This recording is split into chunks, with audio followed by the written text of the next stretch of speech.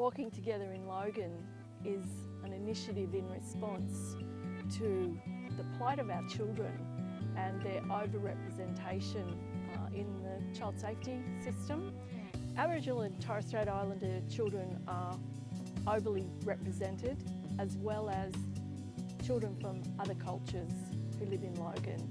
We're an area which has got 217 different ethnic groups, and some of the children from those ethnic groups are also highly represented in the child safety system. So we wanted to band together as cultural leaders. It's powerful. It's about country, about showing respect. The circle's very sacred, where everybody's equal, everybody has to say.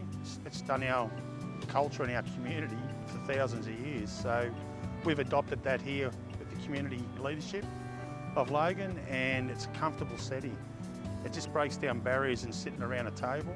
We've had so many fears about raising our voices around the issues that are happening in community. I think for us, sitting in Safe Circle and working closely with our First Nations elders and seeing that there's very similarity in what's happening in refugee communities to what's happening in First Nations, we have a bit of a united voice, and with that comes courage, I think. Because I think that it was to get support too from the rest of the community to help us and to be behind us. We've got a lot of services out here. We compete with a lot of services. There's a big Pacifica and Maori community out here. The African community is also here, and we all don't want to be fighting amongst each other. Yeah, it is an interesting balance, and I think it's about history, and it's about history repeating itself. And when we hear about the experiences that a lot of our Aboriginal elders share from their communities and individuals, it's very similar to what our refugee communities are going through. Our parents, our children, and if we don't create some change now, it's just going to continue to happen.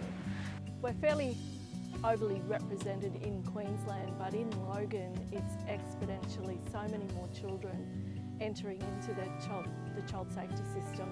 So much so that one of our elders said it's like another stolen generation happening here in Logan. That 6 months, those 2 workshops we did last year, was a lot of hard work, a lot of pain. But for that pain, for healing to start, that pain had to be brought out. Because everyone's doing it tough. Really roller coaster in terms of those kind of things too. I think it's about taking the power back in the decision making and making sure culture is acknowledged when decision making is being made, and particularly any programs that are rolled out to support families, that it's done in a very culturally sensitive way.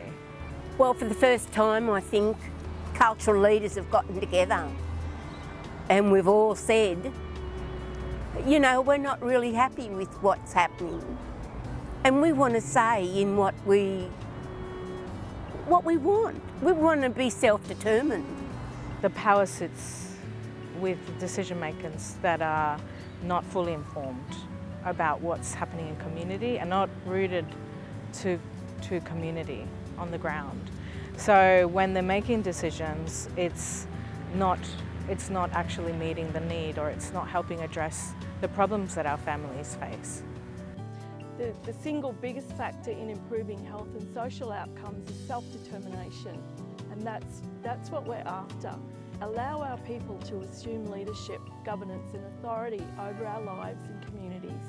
We started off with our own culture first, and with Logan Together, we met all the other community groups, and our children are all the same.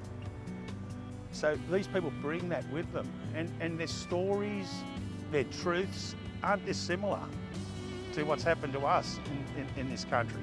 For us, it's making sure that our voices are heard and that there's actions that we feel should be taken to move forward.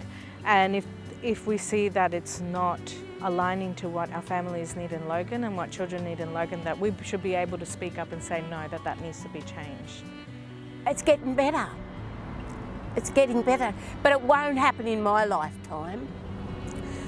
But I'm hoping it'll happen in my grandchildren's lifetime, and that's what I'm working towards.